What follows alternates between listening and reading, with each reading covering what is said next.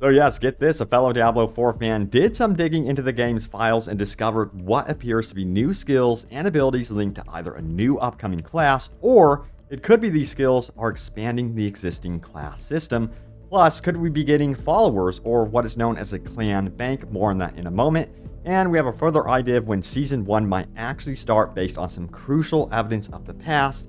And someone found this incredibly ultra rare item, you won't believe what it can actually do, and some tips and tricks on how you can easily take advantage of the world boss caches and in some ways manipulate the loot within to fit your character class. Also, check this out right here. So yeah, I've been experimenting with different builds in Diablo 4, specifically for my Barbarian, and I have found the perfect PC desktop app to help me find the best builds. It's called Mobalytics, and I have been able to actually import the absolute best builds directly into the game as an overlay thanks to the Mobalytics desktop app on PC. I've been playing this Barbarian build recommended by the Mobalytics app, and their overlay has actually helped me choose the best skills as I continue to level up, which is just awesome and saves me so much time. Also, these builds are updated often as the game continues to change and get updated. And these different class builds offered in the Mobalytics app are crafted by some of the best expert players of Diablo 4, and the app also allows you to filter what builds you are looking for depending on the class you are currently using. And Mobalytics also has full guides on how to play each of the builds properly, and there's even detailed information on skills, items, Paragon boards, and more. And yes, the Mobalytics app complies with all of Blizzard's terms, so it is completely safe to use, and it currently has over 10 million players using it. And if you download Mobalytics right now, you'll be automatically entered into a drawing for one of the following prizes: a statue of Inaris, 26-inch premium Diablo 4 statue worth $1,100, a statue of Lilith, a 24.5-inch premium Diablo statue worth $600, and a chance to win one of 10 Diablo 4 Collector's Edition worth $100 each. So what are you waiting for? Join me and download the Mobalytics app for free right now, and enter the giveaway by using my link in the description below and get access to some of the best builds for Diablo 4. A huge thank you to Mobalytics for sponsoring this video and for making my Diablo 4 experience so much more fun with their Mobalytics Diablo 4 desktop app. So yes, I say we begin with that data mine, or what is also known as not quite data mining, but some interesting info I hadn't seen elsewhere. This was posted by Beta 1457, and if we scroll down here, they go on to describe the process of how they actually obtained this information. But this is what we're really here for. So here's what I found, followed with why I found the blobs so interesting. And as you can see, we have a lot of the skills related to the classes we know of, but we have something called Skill Justice and Skill Ancient. That made me extremely curious, as did it the data miner here. He says, these are all class skill types. I found Wrath pointed out as Druid skill tier, Justice, and Ancient. Pretty interesting. I don't think these are currently in the game and could hint towards a type of Crusader class. Now, furthermore, if we keep going through a lot of these file names, we have, of course, something called Set Piece Switch, and then Halo Unique, Halo Set Item, and then Item Set Power, and Rune Word Complete. So, says the Master Item Flippy Switch was present for all the normal types of items. Interestingly, also present is a Set Piece Switch. There were other indicators for set items as well. There was also a string for rune words. So yeah, there's been a lot of rumors and speculation that we would eventually get set pieces and, of course, rune words down the road. Now, officially what we do know is that Blizzard is interested in this sort of thing, and if it does happen, it seems like it would be years down the road. They would want to ultimately do this right now. Furthermore, it goes on to say this right here. As you can see, we have a bunch of other interesting things. It says Action UI Hireling, Enchantress Special, Scoundrel Special, and of course we have Templar Special, and you can see follower indications right here. It goes on to say this. I also found a lot of reference hinting they may have or are looking at bringing back some type of followers, which would be very, very cool. But that's not all. It says right here, Action UI Edit Clan Bank Tabs. It says lastly, and pretty exciting, looks like it's possible they are or were experimenting with Clan Bank tabs. They also look like either an old reference or code word reference for a possible new class. It was only present a few times, but currently using the keyword Mr. Hardpoint. So, if anyone has any opinions about what Mr. Hardpoint could be a code name for, please sound off in the comments below. But yeah, it could be very possible that they want to expand the clan system to have some sort of bank, universal bank that you could share with your clan members, which would be very, very cool. Ultimately, we do know that the social systems in the game are currently very lackluster, and yes, Blizzard is very interested in expanding these consistently and constantly through the life of Diablo 4. I do expect something like this to make its way into the game eventually. Now, furthermore, we have this one right here. They're also, okay, we already read that. Now it says some other fun stuff was in there, like Blizzard, Jenkins, environment structure, and I'm pretty sure our internal domain name, which I found pretty funny. Anyway, enjoy. Now we have further speculation and some opinions on what this all could mean, so let's get into that right now. Now, we have Captain Martyr who says this: I feel a lot of this stuff just exists in place for future expansions. Blizzard has probably planned at least 2 to 3 expansions. Wouldn't be surprised if sets are reintroduced. Rifts, the Cube, Zoltan, those gems from Diablo 3 that do stuff. Yeah, you know, it's obvious that we do have a long-term future with this game. I do think that some of this stuff will come through expansions. However, I do also think before they dare add certain features to the game, they will experiment through seasons and then decide if this should be a permanent feature or not. So I think we're going to be seeing that in the season, some interesting gameplay mechanics. It's going to be ultimately up to us as a community to give feedback to Blizzard and say, hey, we want this as a permanent fixture in Diablo 4. So yeah, we got to be vocal if we really want it. And we have this one from Inconhen who says this: I think runewords were already in the alpha version of the game, like in the 2019 build. I'm fairly sure we have footage somewhere. And a response that says it was in the quarterly updates. It was a system where you wrote little computer programs where one tune would activate under certain conditions, then were linked to other runes with effects. It was an interesting system, but not one that sounds like it would make it into a real game. I think mostly it was chopped up and is the origin of why so many items have X under Y condition. Interesting theory right there. But will they finalize this sort of thing and add it to the game? That's a big question. But yeah, some absolutely fascinating stuff going on right there within the game files. We'll see what happens. Again, take this stuff with a grain of salt. This is by no means confirmed whatsoever. And yeah, we will have official stuff from Blizzard here shortly. Remember, we're going to have that big stream July 6th. That's only in a matter of days, so I'm very excited for that one. I have you guys covered on that as well. Now, we got to talk about this one as well. Check it out. It says Diablo 4 Season 1, start date July 21st or July 28th. Now, this is a speculation post by Icy Veins. It's a pretty good one here. It says Diablo General Manager Rod Ferguson confirmed on Twitter Blizzard will be revealing more details about the premiere Diablo 4 season this week. And you can see highlights, of course, that July 6th stream. Now, it says for past seasons, we can extrapolate the following. Diablo seasons started on Fridays. Blizzard usually makes announcements 2 weeks in advance. And it says, when will Diablo 4 season most likely start? Again, speculation. That said, we have 2 possible release dates for season 1, July 21st or July 28th. That's some very interesting speculation, and I love how it is based on the current history of what they do with Diablo as a franchise. So it makes sense that these would be the dates.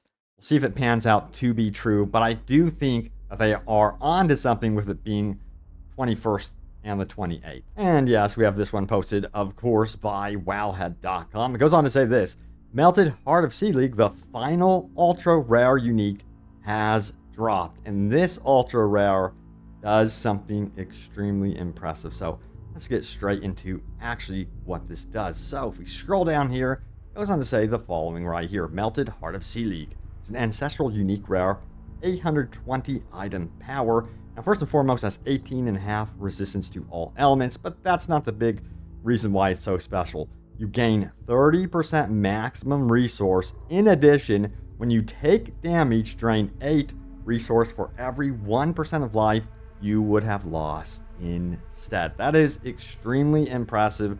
But yeah, this Ancestral is so very good because if you have enough resource left over, it shows that you can really sustain yourself in battle, almost like indefinitely if you could pull it off. But again, it goes to show why this rare is so very rare with what it can actually pull off in battle for you. So yeah, super impressive stuff right there. Let me know if any of you have actually been able to find any of what is called the 6 rares. Of course, the article does highlight what those are. You can pause the screen right here, but they include the Harlequin Crest, the Doombringer, of course, and then, yes, we have the Ring of Starless Skies. But don't forget about Andril's Visage and, of course, the Heart of Celic. Has any of you ever found any of these items? From what I understand, it is absolutely super rare. And there's some controversy about, are they too rare?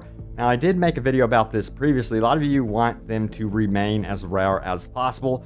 Some of you want Blizzard to adjust the chances that you can actually discover these type of items. Sound off on what side of the fence you are on. If you think that these should just remain absolutely rare as can be. All right, next up, we have some excellent tips on how you can really take advantage of world boss caches and also the Tree of Whispers. Check this out right here. It goes on to say this: easy alt gearing. This is posted by McNohan, who says this: discovered this today. I found an easy way to gear alts. All cache items are rolled by character that opens them and not the character that collects them. That means your TIV alts can collect Tree of Whispers and world boss caches for alts.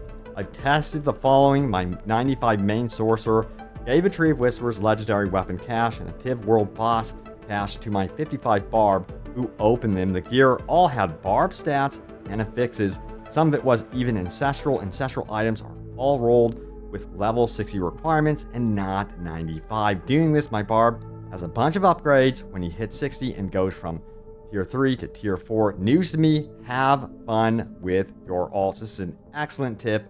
Go check it out. And then we have an update. If this is actually working or not. We have the McNohan who says, update, just another Tree of Whispers with my sorcerer and opened with my barb. Got a 785 level ancestral axe that can be used at level 60. This seems pretty good. So check it out and see if it works out for you. But yeah, the blacksmith can be very annoying. And here's an article about this one on how to fix an issue with the blacksmith that you might be having. Check it out. It says Diablo 4 players are running into a frustrating problem with the blacksmith. If we get into this one, it goes on to say the following right here. On Reddit, user Palin Fleetwood shared that they have been experiencing an issue with the blacksmith in Diablo 4. It seems every time they interact with the NPC, they're told that their bags are full. The Redditor also shared that they seem to only have started getting this interaction with the blacksmith in the current update. Fortunately, fellow players on Reddit thread have been helpful, and they provided the original poster, a fix to help them bypass this annoying issue with the NPC. They recommended turning off the error text option found at the bottom of the game's settings. So if you are getting this, definitely check that out. If it is annoying the hell out of you, and it should, help you out on your adventure in Sanctuary to be less frustrating and annoying. Hopefully it does help you guys out for sure. Let me know if that is the case or not. Also, you got to remember that shutting that off will help you out if you are just absolutely annoyed with your character telling you that you have no fury or not enough resource. It won't do that anymore. You don't have to worry about that going off every few minutes in battle if you happen to spam a button or something. All right, so we got to talk about this one right here as well. It says, wish we could just upgrade the Codex instead of extracting aspects. This is a great point brought up by Bateman272. He says this: keep the method the same, find a well-rolled aspect on a gear drop, extract cultist, new upgraded aspect gets put directly into your Codex of Power permanently instead of a one-time use item. Seasonal characters wipe the Codex, solves a lot of the clutter stash issues as well. Side note, gives an extra reason for completionists to go aspect hunting to fully max out their Codex. Also, there's some really good suggestions in this thread, a lot of good discussion. I'll list the common reoccurring ones. So aspects can be added to the Codex, but they'll still always imprint the minimum roll. Some kind of aspect upgrade system, either feeding random rolls to the Codex or incremental upgrades or something similar to glyph leveling. I love that idea in particular, by the way. I immediately started thinking of glyphs for some reason when this whole thread started, and it just fits so well into that theme of being able to upgrade your aspects. So I think that they're definitely onto something. I'm wondering if this system will actually change based on this feedback. Furthermore, it goes on to say this: move the entire aspect system to the Codex. Extracted aspects form more of an inventory drop-down menu there, still one-time use, basically a functional, self-contained aspect stash. Example down below.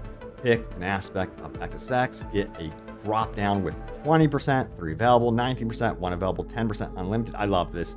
Some way to sort, group, search for specific aspects you have accumulated. Division 2 cube-like rework. So yeah, all around, I think these ideas are on point, and I think Blizzard should really bookmark this thread for future reference for sure. But it seems like overall, a lot of you agree that, yeah, this would make the game so much better. The stash is full of legendaries, because I might want the aspect at some point. Same thing with me. I save a lot of my legendaries just because I know, hey, I might need that in the future, because most likely I'm going to have to replace and upgrade everything in time as I continue leveling. You can't have old gear on your character as you continue pushing through the levels. So yeah, it would be nice to have a better system for this for sure. All right, we also got to talk about what's going on with gyms. So check this out right here. It says, why do gyms have no gold value? They should be worth like 10k through 15k each. And they gave an example here of flawless gyms right here. The sell value, a whopping 16 gold, does not make much sense whatsoever. And I agree 100%.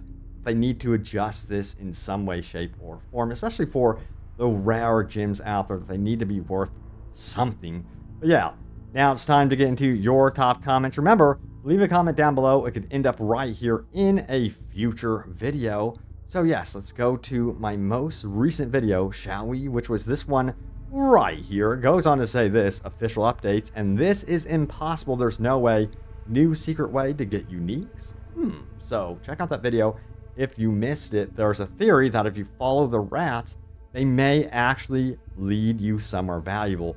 So let's see what you guys had to say about this one. So we have JCode2855 who says the rats have a command to run a random route where they spawn. It's unsurprising that they sometimes run into groups of enemies. Also unsurprising that these enemies drop loot. Yeah, and I even started experimenting by following some of the snakes in the cave to see where they might actually go. So this post definitely got me investigating some of the creatures that are randomly popping up through the world. But yes, I think some people are just getting lucky with their discoveries when they actually follow the rats in the game. But it's an interesting theory for sure. All right, next up we have this one from Pursuit 0 Likes 5217 who says, regarding re-rolling, the devs need to add an extra line or fixes. 2 options and no change is very limiting considering the crazy amount of gold needed. This entire system needs to be adjusted. It just creates so much need for gold farming, unnecessary gold farming in my opinion. And I think it's designed to up the longevity of the in-game and just to keep people busy, which in my opinion is just not necessary. In some ways, I think it's just to keep us busy until the seasons are introduced. So I'm hoping that as we get new content, they loosen this a little bit. I think that would make only a lot of sense there. Now, user VG says this right here. I would like a display after world bosses showing percent of damage caused by your own characters. I've heard this many times, 100% agree that would be very cool to see. Now we have Julius Bonner who says this right here. Great video as always. I know it's been said before, but I wish there was a preview of potential options for enhancing gear prior to committing to doing it. Even if it was like 4 potential options prior to agreeing to enhance, would just be a great quality of life improvement versus not seeing anything until after using the maps like now. Guys, I really don't get the decision behind this in the first place. It should be like that already, considering you're laying down so much gold. So I don't understand the intent here. It's just strange. I feel like they just want you to give up gold.